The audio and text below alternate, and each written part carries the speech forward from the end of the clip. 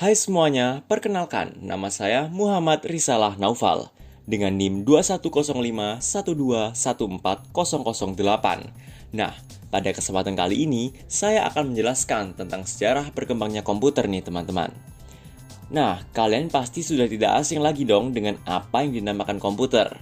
Benda ini banyak sekali digunakan di sekitar, dan komputer telah membantu banyak sekali pekerjaan manusia di berbagai bidang, seperti bidang pendidikan, bisnis, dan masih banyak lagi. Tapi, apakah kalian tahu bahwa teknologi komputer yang kita gunakan saat ini dulunya sangatlah berbeda dengan apa yang kita gunakan sekarang? Tanpa basa-basi lagi, langsung saja kita masuk ke dalam inti video ini. Tapi sebelum itu, saya akan jelaskan kepada teman-teman jika pada dasarnya sejarah berkembangnya komputer terbagi menjadi dua era, yaitu perkembangan komputer sebelum tahun 1940 dan perkembangan komputer setelah tahun 1940, teman-teman. Sebelum 1940. Pada era ini, manusia bisa dibilang masih sangatlah tradisional, teman-teman. Banyak sekali pekerjaan yang masih dilakukan tanpa bantuan dari alat seperti komputer.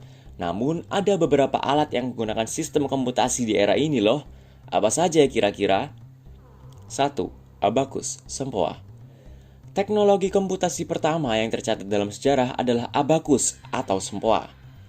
Alat ini diciptakan oleh bangsa Babilonia dan sudah digunakan sejak 2400 sebelum Masehi. Dan alat ini sudah dikenal sejak zaman Yunani kuno. Wah, ternyata sempoa yang kita gunakan sejak masih SD sudah ada sejak zaman dahulu ya teman-teman. Cara kerja dan kegunaan abakus atau sempoa ini adalah untuk menghitung dengan cara menggunakan biji-bijian yang diatur dalam sebuah rak.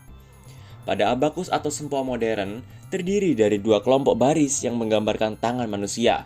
Pada 5 cincin di baris bawah mewakili 5 jari manusia, sedangkan 2 buah cincin di baris atas mewakili 2 tangan manusia. 2. Pascalin, kalkulator roda numerik. Pada posisi kedua ditempati oleh kalkulator roda numerik atau Pascalin. Pada tahun 1642, Blaise Pascal, seorang ahli matematika dari Prancis yang pada waktu itu berusia 18 tahun, telah menemukan apa yang ia sebut sebagai kalkulator roda numerik atau numerical wheel calculator. Ketika itu, benda buatan Pascal ini sengaja ia buat untuk membantu ayahnya dengan berbagai perhitungan yang diperlukan dalam pekerjaan ayahnya, yaitu sebagai inspektur pajak. Mesin ini kemudian diberi nama arithmetic atau Pascalin. Pascalin menggunakan 8 roda putar bergerigi yang digunakan untuk menjumlahkan bilangan hingga 8 digit. Alat ini merupakan penghitung bilangan berbasis 10. Mesin buatan Pascal ini merupakan salah satu mesin pertama di dunia yang menambahkan mekanik di dalamnya. Namun, alat ini memiliki kelemahan, yaitu alat ini hanya terbatas untuk melakukan penjumlahan saja. 3. Kalkulator roda numerik 2. Pada posisi selanjutnya ada penerus dari Pascalin, yaitu kalkulator roda numerik 2. Pada tahun 1694, seorang matematikawan dan filsuf Jerman bernama Gottfried Wilhelm von Leibniz memperbaiki Pascalin. Bila Pascalin hanya bisa melakukan penjumlahan, maka kalkulator roda numerik 2 ini diciptakan untuk diberi fitur tambahan, yaitu kalkulator ini dapat melakukan perkalian. Sama seperti pendahulunya, alat mekanik ini bekerja dengan menggunakan roda-roda gerigi. Dengan mempelajari catatan dan gambar-gambar yang dibuat oleh Pascal, Leibniz dapat menyempurnakan alatnya. 4. Kalkulator mekanik. Pada tahun 1820, kalkulator mekanik mulai populer. Charles Xavier Thomas de Colmar menemukan mesin yang dapat melakukan 4 fungsi aritmatik dasar. Kalkulator mekanik Colmar arithmeter mempresentasikan pendekatan yang lebih praktis dalam kalkulasi karena alat tersebut dapat melakukan penjumlahan, pengurangan, perkalian, dan pembagian. Dengan kemampuannya, arithmeter banyak dipergunakan hingga masa Perang Dunia I. Bersama-sama dengan Pascal dan Leibniz, Colmar membantu membangun era komputasi mekanikal. 5. Babbage. Awal mula komputer yang sebenarnya dibentuk oleh seorang profesor matematika Inggris, Charles Babbage. Pada tahun 1812, Babbage memperhatikan kesesuaian alam antara mesin mekanik dan matematika, yaitu mesin mekanik sangat baik dalam mengerjakan tugas yang sama berulang kali tanpa kesalahan. Sedang matematika membutuhkan repetisi sederhana dari suatu langkah-langkah tertentu. Masalah tersebut kemudian berkembang hingga menempatkan mesin mekanik sebagai alat untuk menjawab kebutuhan mekanik. Usaha Babbage yang pertama untuk menjawab masalah ini muncul pada tahun 1822 ketika ia mengusulkan suatu mesin untuk melakukan perhitungan persamaan diferensial. Mesin tersebut dinamakan mesin diferensial. Dengan menggunakan tenaga uap, mesin tersebut dapat menyimpan program dan dapat melakukan kalkulasi serta mencetak hasilnya secara otomatis. Setelah bekerja dengan mesin diferensial selama 10 tahun, Babbage tiba-tiba terinspirasi untuk memulai membuat komputer general purpose yang pertama, yang disebut Analytical Engine. Asisten Babbage, Augusta Ada King, memiliki peran penting dalam pembuatan mesin ini. Ia membantu merevisi rencana, mencari pendanaan dari pemerintah Inggris, dan mengkomunikasikan spesifikasi Analytical Engine kepada publik. Selain itu, pemahaman Augusta yang baik tentang mesin ini memungkinkannya membuat instruksi untuk dimasukkan ke dalam mesin dan juga membuatnya menjadi programmer wanita yang pertama. Pada tahun 1980, Departemen Pertahanan Amerika Serikat menanamkan sebuah bahasa pemrograman dengan nama ADA sebagai penghormatan kepadanya.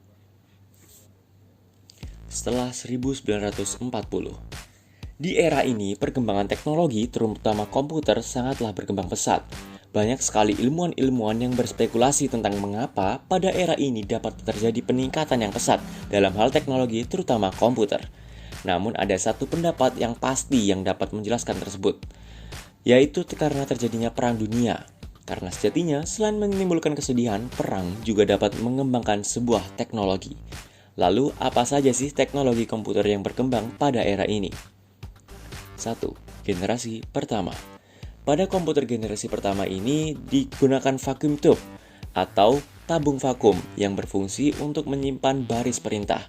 Namun, vacuum tube yang diperlukan amatlah banyak agar komputer dapat digunakan secara tepat dan ukuran komputer generasi pertama ini sangatlah besar, teman-teman. Langsung saja inilah contoh-contoh dari komputer generasi pertama. ENIAC.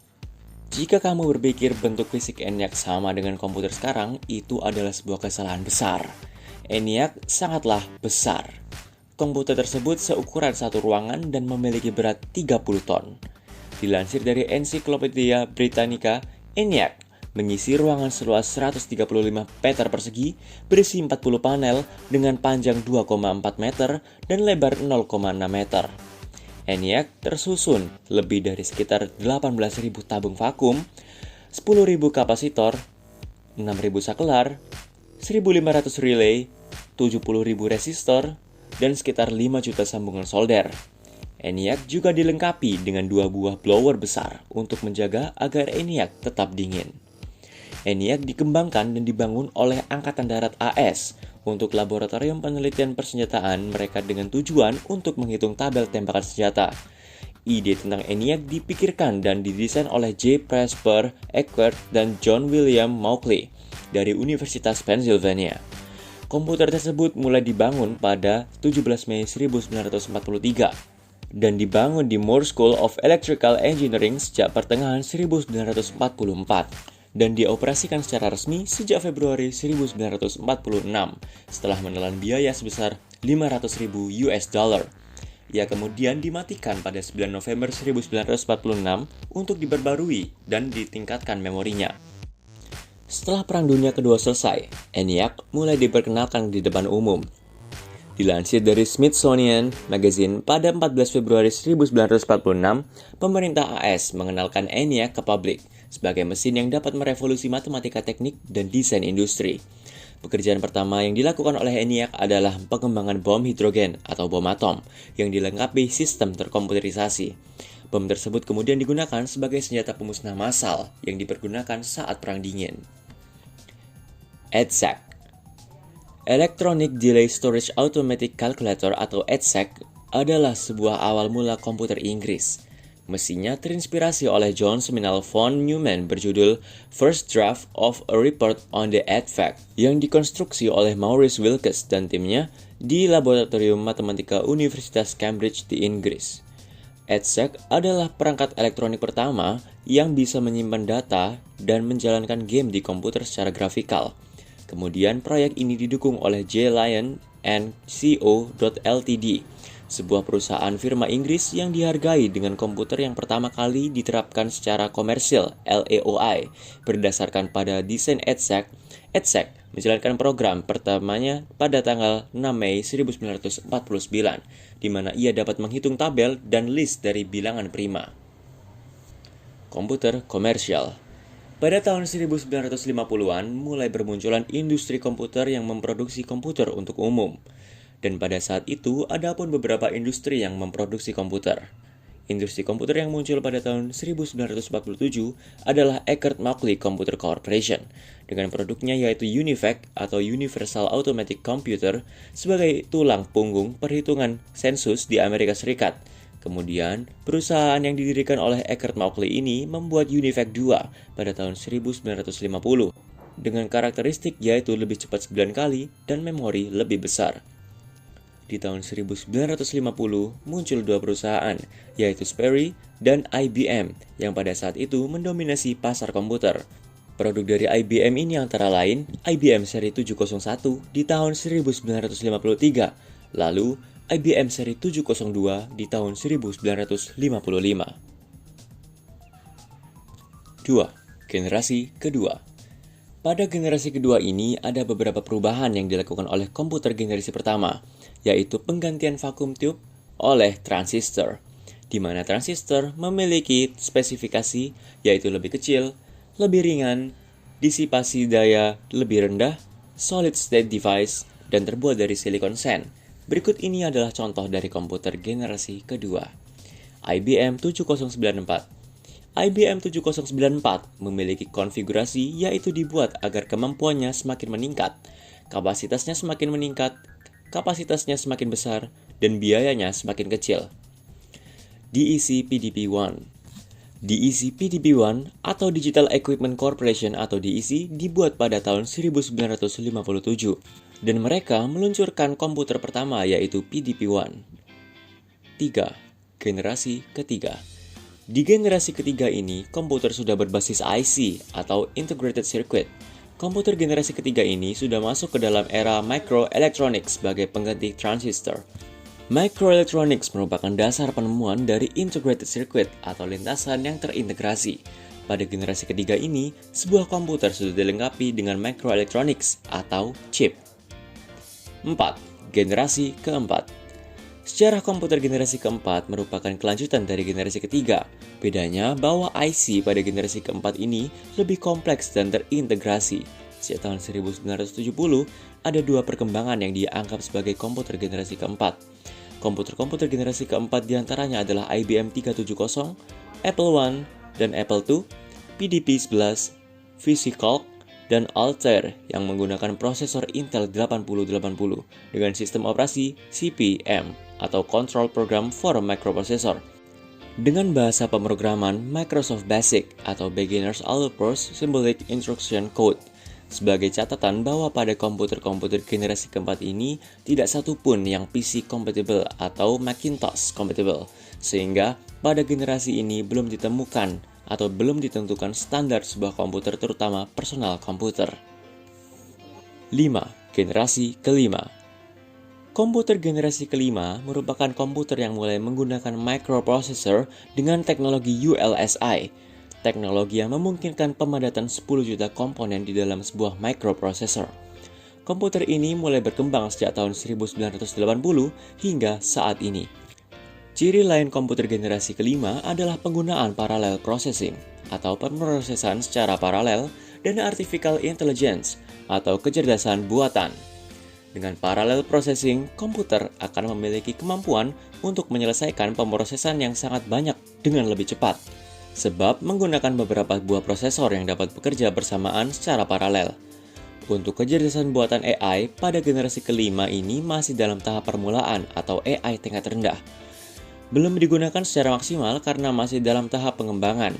Contoh kecerdasan buatan yang ada saat ini misalnya adalah face recognition, yang digunakan pada kamera atau pemrograman editing foto.